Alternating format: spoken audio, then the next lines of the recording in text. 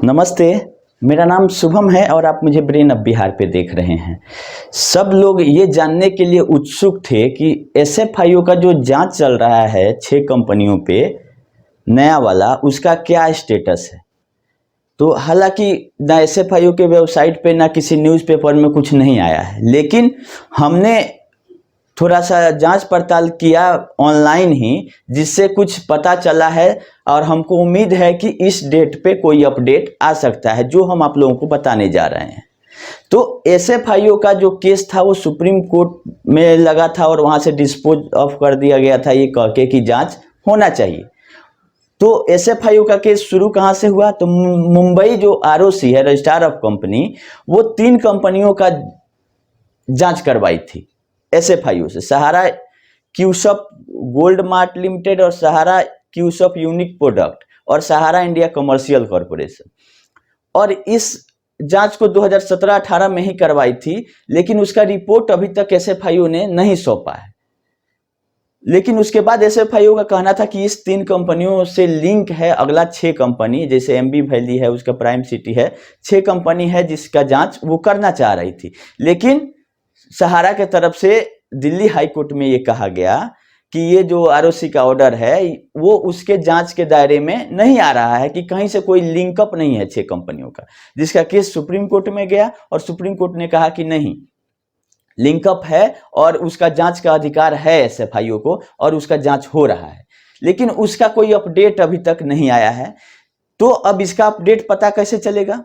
तो supreme court वाला case का तो डिस्पोज ऑफ हो गया है, लेकिन हाई कोर्ट वाला जो केस है एसएफआईओ और सहारा का, जो कि आरओसी के ऑर्डर के खिलाफ में आया था, मुंबई के आरओसी के ऑर्डर के अगेंस्ट में यहाँ पे इसको चैलेंज किया गया था 13,984/2021, जिसका नेक्स्ट डेट दिखा रहा है कि 14 दिसंबर 2022। तो आप लोग सोच लीजिए, अक्टूबर में तो छुट्टी ही है, इतना ना पर्व है कि, तो अगला डेट पड़ा है 14 दिसंबर 2022। वहां पे हाई कोर्ट में कुछ रिपोर्ट सबमिट कर सकती है एसएफआईओ, नहीं तो एसएफआईओ को अपना रिपोर्ट देना है सुप्रीम, ये आपका सेंट्रल गवर्नमेंट को, ये पब्लिक को या कहीं कुछ नहीं देगी। अगर जो भी गड़बड़ी है उसका जांच का रिपोर्ट वो देगी सेंट्रल गवर्नमेंट को, या कोर्ट में अगर मांगा जाएगा कि आपका क्या है, तो अगर ऑर्डर में कुछ आएगा तो पता चलेगा। नहीं तो अगर कुछ गड़बड़ी रहा ऐसा जिसमें कि अरेस्टिंग होगा, तब लोगों को पता चलेगा कि हाँ, एसएफआईओ के जांच का ये निष्कर्ष आया कि यहाँ पे गड़बड़ी पाया गया था और इन लोगों का अरेस्टिंग हुआ है।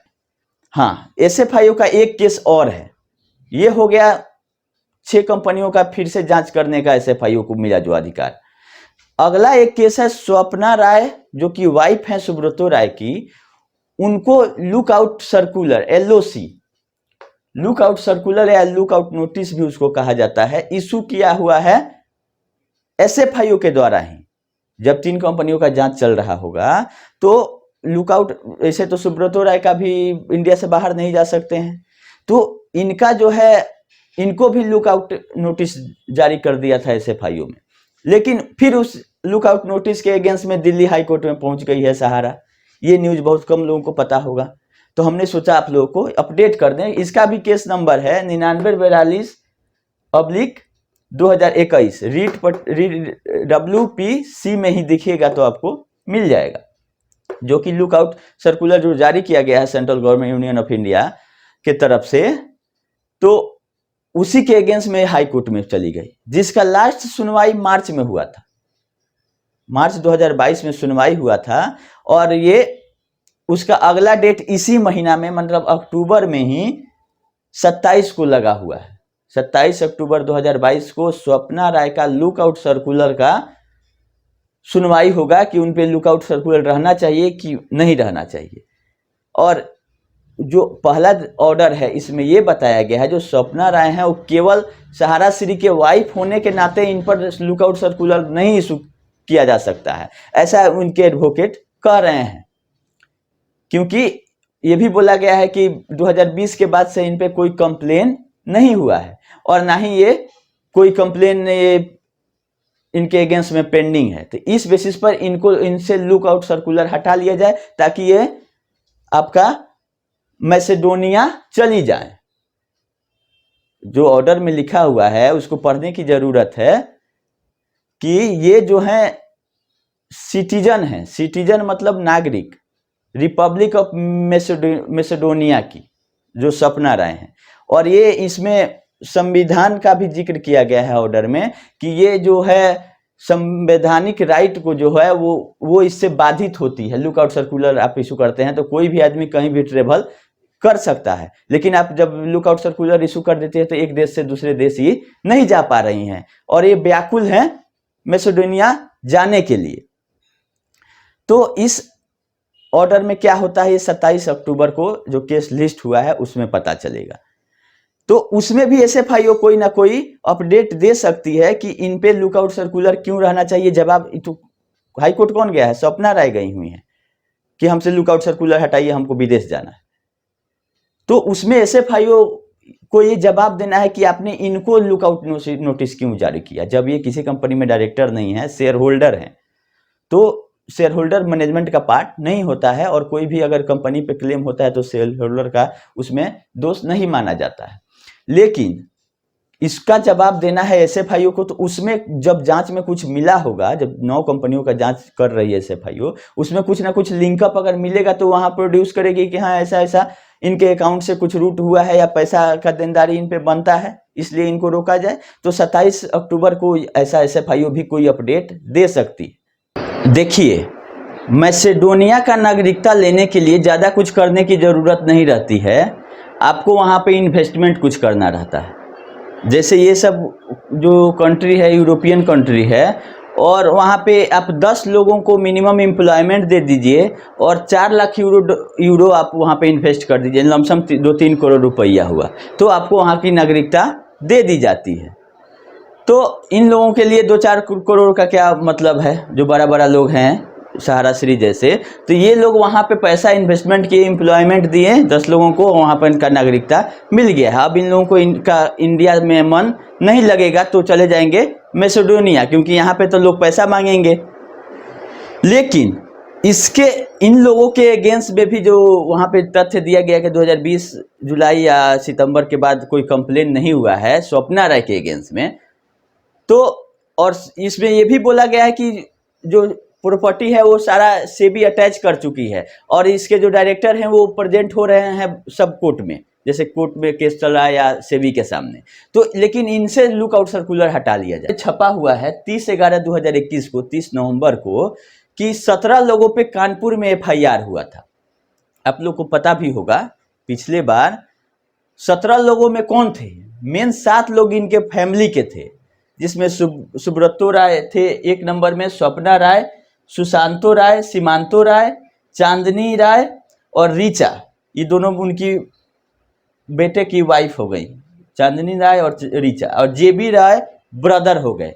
इन लोगों 17 लोगों पे एफआईआर लॉन्च हो गया था कानपुर में, जो इकोनॉमिक्स टाइम्स में छपा हुआ है।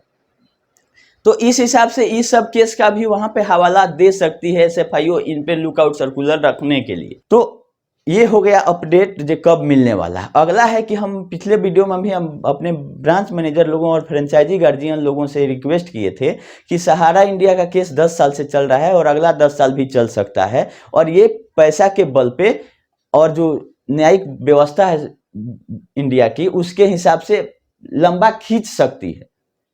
लेकिन इस खींचने से सबसे ज़्यादा अगर कोई डिस्टर्ब है तो वो है एजेंट हैं या ब्रांच मैनेजर है, बाकी उसके ऊपर वाले लोग सहारा इंडिया के स्टाफ हैं।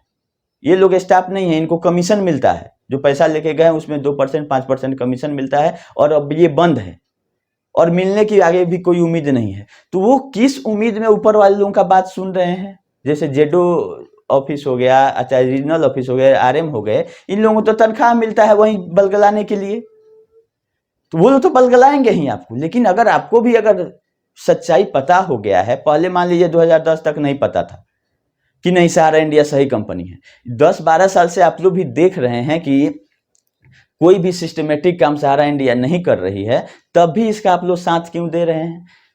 अगर आप लोग नहीं चाहिएगा तब तक ये भुगतान नहीं करेगी और खींचते रहेगी, कोर्ट कोर्ट खेलते रहेगी। तो मेरा यही रिक्वेस्ट है कि देखिए सारे एजेंट लोग कंप्लेन अलग से करने में भी बहुत टाइम लगेगा, लेकिन हम एक रिक्वेस्ट कर रहे हैं ब्रांच मैनेजर लोगों को कि अपना लायबिलिटी ब्रांच का वो निकलवा लें, नहीं तो पता चलेगा कुछ दिन बाद सॉफ्टवेयर भी काम नहीं कर रहा है सहारा का, और ये भी नहीं निर्धारित किया जा पा रहा है कि एक ब्रांच का कितना लायबिलिटी है। तो अपना आप लोग लायबिलिटी निकलवा के उसका एक कॉपी कंप्लेन के थ्रू जो सेंट्रल रजिस्ट्रार है उनको भेज दें, लोकल डीएम को भेज दें, और उस सहारा इंडिया के कमांड ऑफिस में भेज दें कि इतना लायबिलिटी मेरे ब्रांच का है जो कि हमने जमा कराया है, इसका भुगतान आपको करना है और आगे से हम काम नहीं करना चाहते हैं, इसका मैच्योरिटी पूरा हो गया, उसका भुगतान भेजिए। और क्योंकि सोसाइटी का केस कहीं नहीं चल रहा है, सोसाइटी का दिल्ली हाईकोर्ट में चल रहा है, वो तो है कि लिक्विडेशन होगा कि चलेगी, भुगतान लेने से मना किया गया कि आप डिपॉजिट नहीं ले, भुगतान देने के लिए कहीं से कोई मना नहीं है। तो जब जिसके ऊपर इतना जांच है और इतना प्रेशर है ऊपर से कोर्ट का कि आप भुगतान कीजिए, तो भी 1 रुपया आपको नहीं भेज रही है, तो आगे ये क्या भेजेगी? किस उम्मीद में आप हैं? आप टेंशन लिए हुए हैं। आप लोगों को एक मुश्त अपने ब्रांच की लायबिलिटी निर्धारित करते हुए और ऊपर ये करना है, क्लेम करना है कि हमारा पैसा भेजवाइए, हम लोग जमीनी आदमी हैं, और सहारा इंडिया का क्रेडिट अलग है, आपके क्रेडिट पर और एजेंट के क्रेडिट पर पैसा लोगों ने जमा किया है। जब ही लोग जगेंगे तभी सहारा इंडिया पर प्रेशर बनेगा, हो सकता है कि कुछ करे, नहीं तो ये जान रही है कि कोर्ट हम 2-4-5 साल और खेल जाएंगे। तो इस वीडियो से मेरा यही रिक्वेस्ट है सभी ब्रांच मैनेजर लोग कि आप लोग एक साथ कमांड ऑफिस और इस पे प्रेशर बनाएं कि हमको भुगतान चाहिए, कोई केस तेज से नहीं मतलब, न तो हमको बताया जाए ना कि किस केस से भुगतान शुरू होगा। 50 को केस है सहारा इंडिया का, किस केस से भुगतान शुरू हो गया? दिल्ली हाईकोर्ट से, जब कह देगी कि फिर मार्केट से पैसा उठाइए, मार्केट से अब कोई देने वाला है कि मार्केट से पैसा उठा के भुगतान कर दीजिएगा, रोटेशन जो कि पिछले 10 साल से चला आ रहा है, नहीं चलेगा। ऊपर से पैसा किस आदेश से आएगा? एमबी वैली नीलामी का, तो उसका केस अभी लिस्टिंग भी नहीं हुआ है और वो टैग भी नहीं हुआ है। चीफ जस्टिस ऑफ इंडिया के आगे मेंशन स्लिप प्रोड्यूस किया गया है, उसमें क्या अपडेट आएगा हम आप लोगों को बताएंगे अगर आएगा साइट पर, लेकिन ऐसा कुछ अपडेट नहीं, तो कब तक इंतजार कीजिएगा आप। और अपने जोनल ऑफिस चाहे रीजनल ऑफिस से आप लोग एक सवाल पूछिए ना कि किसके पास फाइनेंशियल, जो कि मीटिंग हुआ था सहारा इंडिया क्रेडिट कोऑपरेटिव सोसाइटी का, इतना प्रेशर है तो न्यूज़पेपर में छपवाई थी कि हम एनुअल मीटिंग करने जा रहे हैं, तो 21-22 का बैलेंस शीट फाइनल हुआ होगा पिछले महीने। किसी के पास कॉपी मिला है कि ये सहारा इंडिया के सोसाइटियों का फाइनेंशियल स्टेटमेंट है, फाइनेंशियल स्थिति है? एक आदमी भी कोई दिखा दे।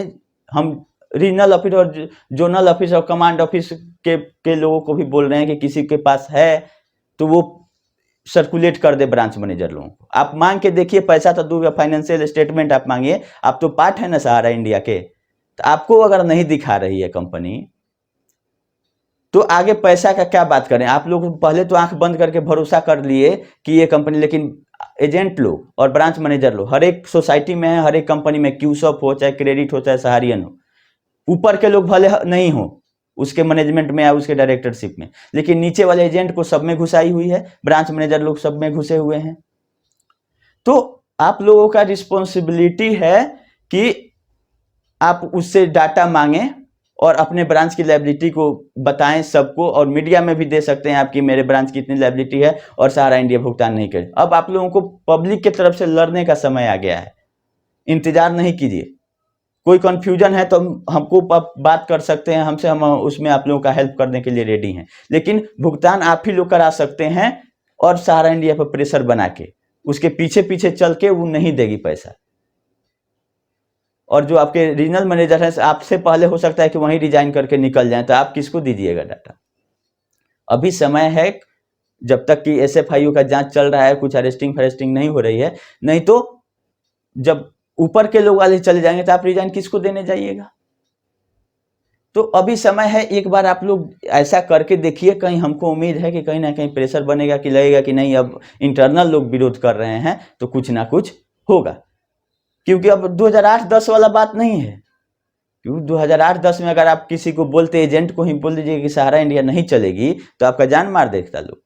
अभी सब लोग औकात में आ गया है, सब लोग को पता चल गया है कि सच्चाई क्या है। 90% लोग, 10% हैं जिनको कुछ कुछ टोकन मनी दिया जा रहा है 10% हैं। लेकिन 10-12 में आप बोल देते, अगर 2010-12 में अगर आप बोल देते कि सहारा इंडिया बंद हो जाएगी या चाहे भुगतान नहीं करेगी, आपका जीना हराम कर देते लोग। लेकिन सच्चाई था कि उसी समय से गड़बड़ी शुरू हो गया और क्यूशॉप में कन्वर्ट किया गया, उसके बाद सोसाइटी में लेके गया और घुमाते घुमाते अभी जाके मैटर फंस गया है, तो किसी को कुछ समझ में नहीं आ रहा है।